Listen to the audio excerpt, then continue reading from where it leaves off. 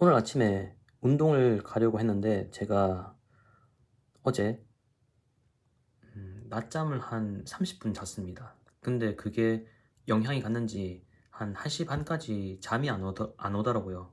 그래서 제가 지금 인강을 하나 듣고 있는데 그걸 하나 더 듣고 잤습니다. 그랬더니 아침 5시에 알람이 울리니까 도저히 못 일어나겠더라고요. 그래서 다시 자고 대신에 오늘 아침에 들어야 할 인강을 미리 들어놨기 때문에 아침에 좀 더 잘 수 있었습니다. 그리고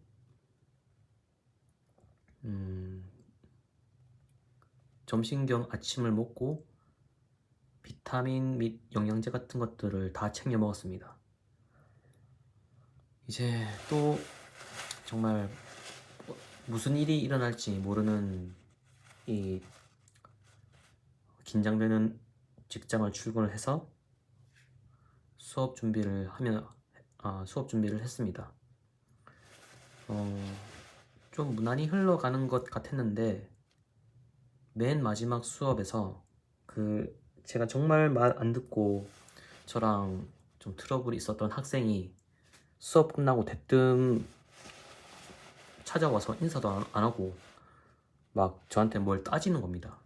그래서 정말 상대하기 싫었지만 무슨 이야기인지 제대로 들어보려고 교실에 들어오라 했습니다. 근데 딱 거기 버티고 서가지고 아니 여기서 말하세요 뭐 이렇게 말하더라고요.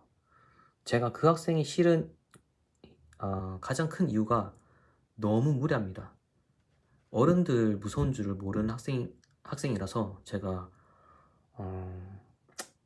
그런 무례함을 더 이상 하지 않도록 좀 세게 혼냈습니다.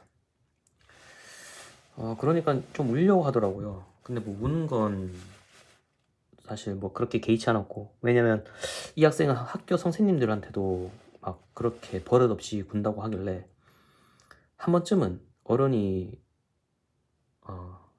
무서운 줄 알게끔 해주는 것도 제 역할 중에 하나다라는 생각이 들었습니다. 그래서 이야기하는 걸 들어보니까 뭐 좀 자존심 상하는 이야기를 뭐 내가 했다 이렇게 말하던데 뭐 그 부분은 제가 의도한 바가 그건 아니었다라고 바로 잡았습니다.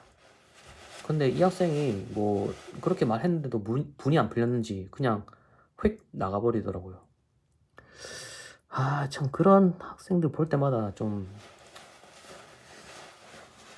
이 직업이 좀 힘듭니다. 물론 나중이 아니라 저와 다른 업종에서 일하시는 분들도 뭐 정말 싸가지 없고 무례한 손님들 많을 텐데 뭐 저도 같은 거라고 생각을 하면 될 것 같습니다. 그리고 오늘은 제가 강의했던 것들이 참 괜찮았습니다.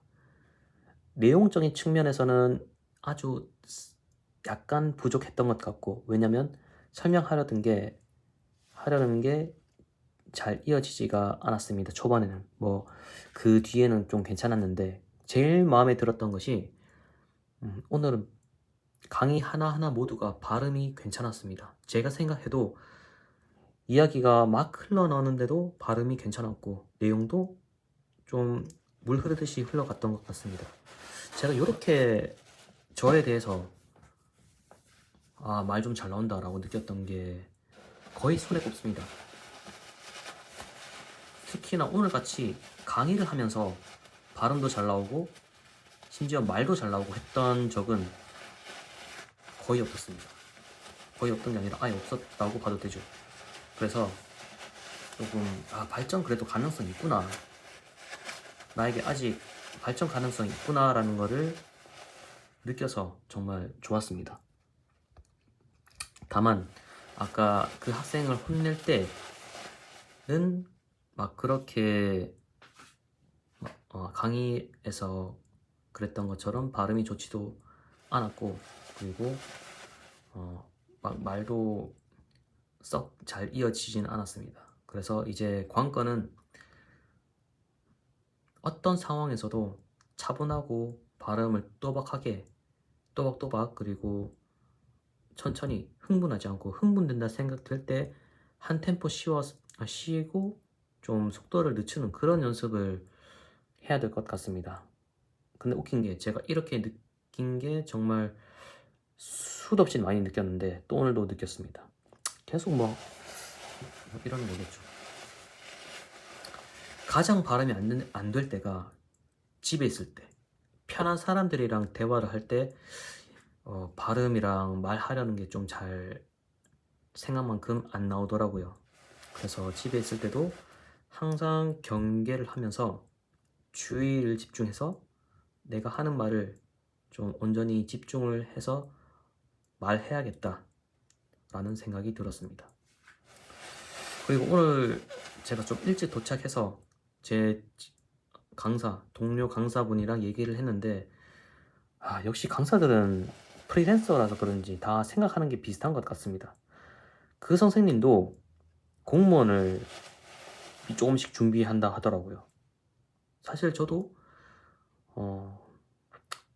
최근에 큰 마음 먹기 전까지는 뭐 용접도 알아보고 뭐 다른 블루칼라 직업도 알아보고, 근데 지금 상황상 공무원이 좀 괜찮은 것 같더라고요. 그래서 그걸 저도 알아봤는데 그분은 이미 벌써 조금씩 공부하고 있다 하더라고요.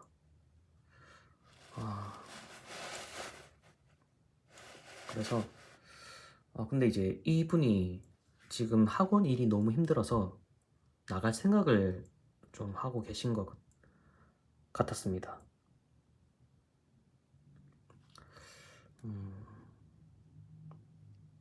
저도 이제 학생들한테 이번에 야, 너희 80점 이상으로 안 나오면 나는 여기 있을 필요가 없다. 생각해봐라. 지금 이 내신 시험을 위해서 한 달보다 더 되는 시간을 준비를 하는데 이거를 80점 못 오면 머리가 도리거나 아니면은 실수를 많이 했거나, 근데 그 실수도 문제를 많이 안 풀어봐서 했는 실수라서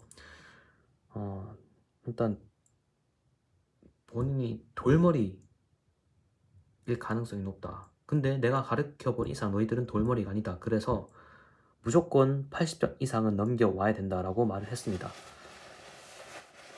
그리고 영어를 이제 좀 한 학생들한테 이 얘기를 했더니 막 학원을 안 다닐까 이런 생각을 하는 것 같더라고요. 제가 뭐라 그랬냐면 수능 영어에서 쉬운 문제들, 여러분들이 지금 풀어도 어느 정도 맞출 수 있는 그런 쉬운 문제들이 있는데 그걸 다 풀고 듣기를 다 맞으면 남은 문제들을 한 문제로 찍어도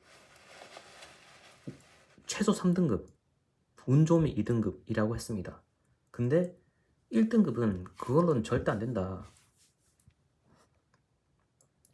그리고 생각해봐라. 수능에서 상대의 평가가 아닌 절대평가인 과목이 뭐가 있냐고. 영어밖에 없다. 그래서 영어는 어떻게든 1등급을 잡고 가야 된다 라고 말했습니다. 근데 이렇게 말했을 때 공부를 그나마 좀 하는 학생은 무슨 생각을 말했냐면 자기는 영어는 잘 나오는데 다른 과목이 안 나와서 수학 학원을 다녀야겠다 이런 얘기를 하더라고요. 참 하고자 하는 말의 의도를 잘 파악 못하는 것도 요즘 학생들의 좀 문제인 것 같기도 합니다. 아니 그래서 이런 얘기 있죠.